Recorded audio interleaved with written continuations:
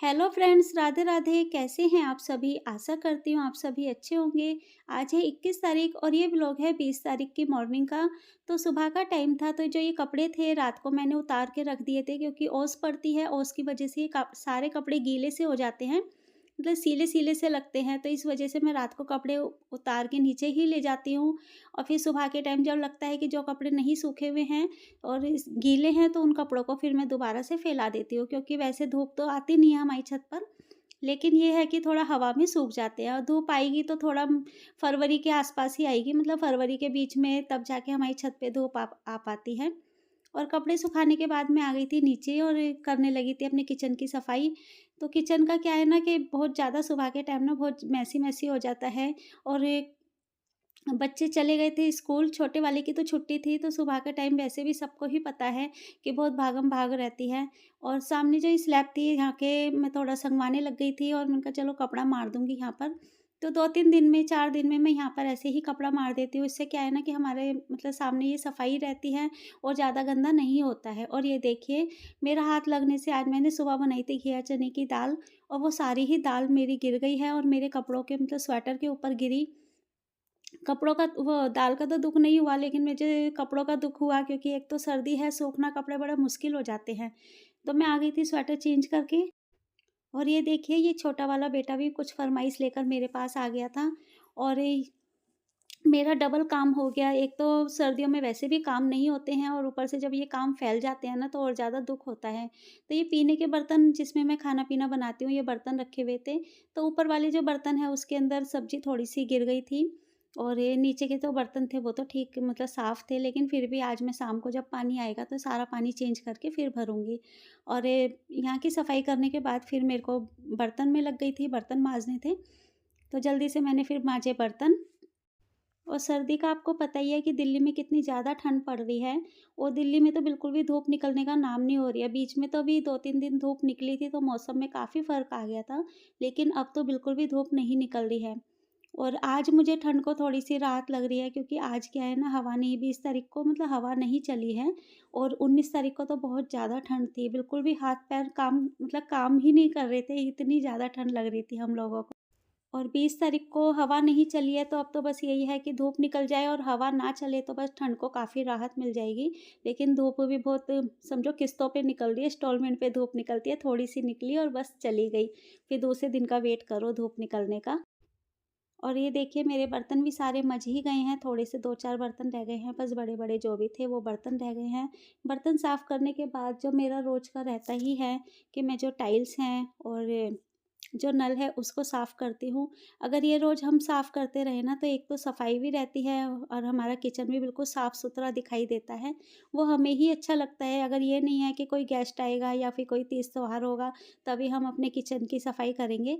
अगर हम इस तरीके से रोज़ सफाई करें, तो हमको खुद को ही अच्छा लगता है, और कोई आ भी जाए तो हमें उसकी टेंशन नहीं होती है कि कोई क्या कहेगा कि हमारा किचन गंदा है या घर गंदा है। अगर आप इस तरीके से रोज़ ही साफ़ करोगे, ये ट्रिक आज़मा लोगे, तो आपका किचन और घर कभी गंदा नहीं होगा।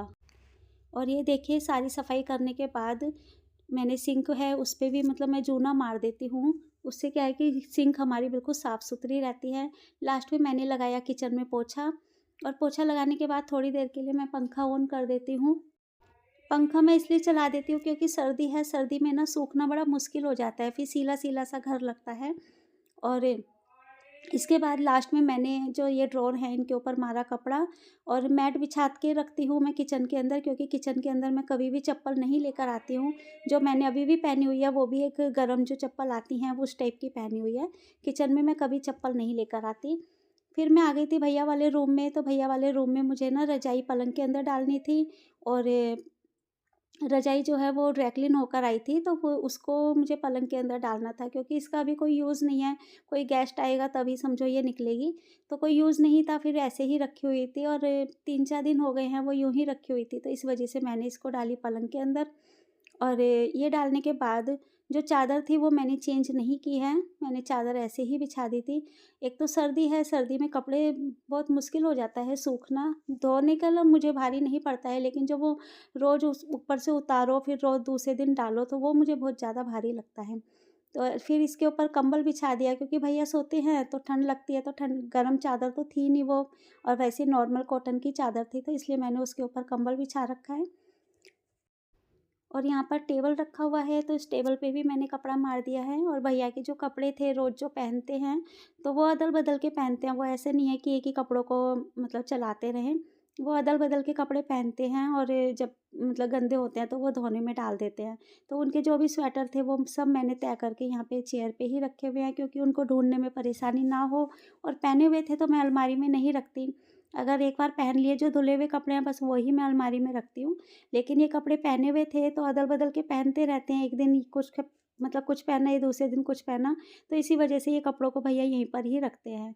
जब गंदे हो जाएँगे तो फिर वो बाहर वॉशिंग मशीन पे रख के चले जाते हैं कि भई मैं लास्ट में मतलब मैं कपड़े धो दूँगी। और ये मेरा छोटा वाला बेटा पढ़ाई कर रहा था, तो वो मुझे कुछ दिखाने के लिए आया था।